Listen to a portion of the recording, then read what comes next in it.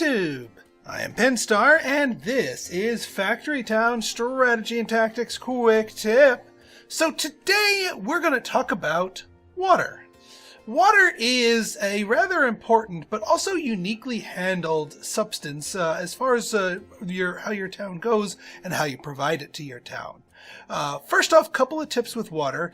Most buildings, most production buildings, if placed on the water's edge, will allow you to supply that building very easily with water.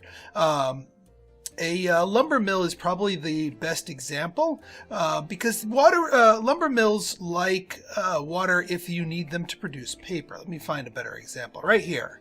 So this lumber mill right here is producing paper, and it's actually making its own water at the rate of 1 per second. Note that even though it tells you how many water tiles are connected, it doesn't actually seem to increase the number of or speed of which the water is absorbed. So you may need to supplement a particularly productive building that is demanding a lot of water with some external water.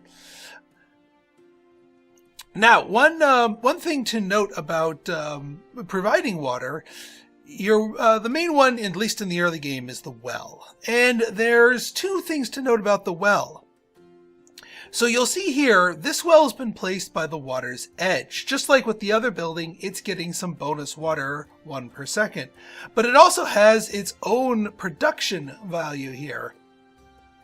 Of 1 per second here, and it takes 2 effort to make 1 thing of water. So a well that's not next to water can still produce water, but at half the rate that a well that is right next to the water can produce it. So when possible, place your wells next to water, but it doesn't necessarily matter how many water tiles you're next to.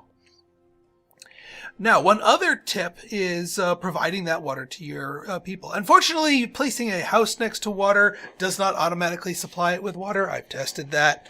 It'd be neat if you did. You have some beachfront property going there. But next best thing is to invent fluid pipes. Once you do that, you can very, very easily provide water to your whole town, but you need to stay on top of it. One other tip I've found here is if we click this toggle our layer view, is if you have a sort of a pocket of wells down here by the water, instead of having them go straight to your town, have them pump themselves into your town hall here. This will allow the water to accumulate within here. If you set that water accumulation to a global tracker, you can see how much water you've built up in sort of an internal reservoir. Now, as far as the reservoir goes here, you can then have that draw the water out from here and into your town. Why is that useful? Well, if you start seeing your number dip down below max, then you know you're starting to outstrip your water production and you might need to add more wells. Speaking of town statistics, one other way to check your water levels, and this is also good for any of your goods here, is your supply button here. This lets you take a look at all of your different goods that you're producing and what levels you're providing them at. If you remember my last video, I was talking about providing them for the purposes of getting coins or experience versus providing them for the purposes of getting happiness. This right here, this column, is probably the more important of the two. This tells you how many houses or what percentage of your houses is currently being made happy by that. If it's anything other than 100%, you need to boost your production with that. Now, we've got pretty good water production, but I did just lay down a ton of new houses. So don't forget when you're setting your lines here to do this. I also experimented with some splitters here. I found them ultimately unnecessary, but for some major splits and thoroughfares, you may want to use them. Something like this. Like that. Also keep in mind the direction of the flow of your pipes here. You always want things flowing in logical directions. Like from here, I like to run them along the streets. You don't have to.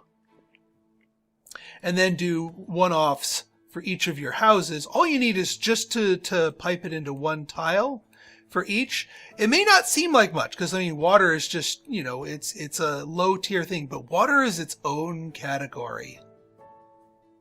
And when you've got your own category, water's the only thing that will satisfy that. So it is good to keep that in mind. Let's get a pipeline up here. Ooh, I'm maxing out my pipes here.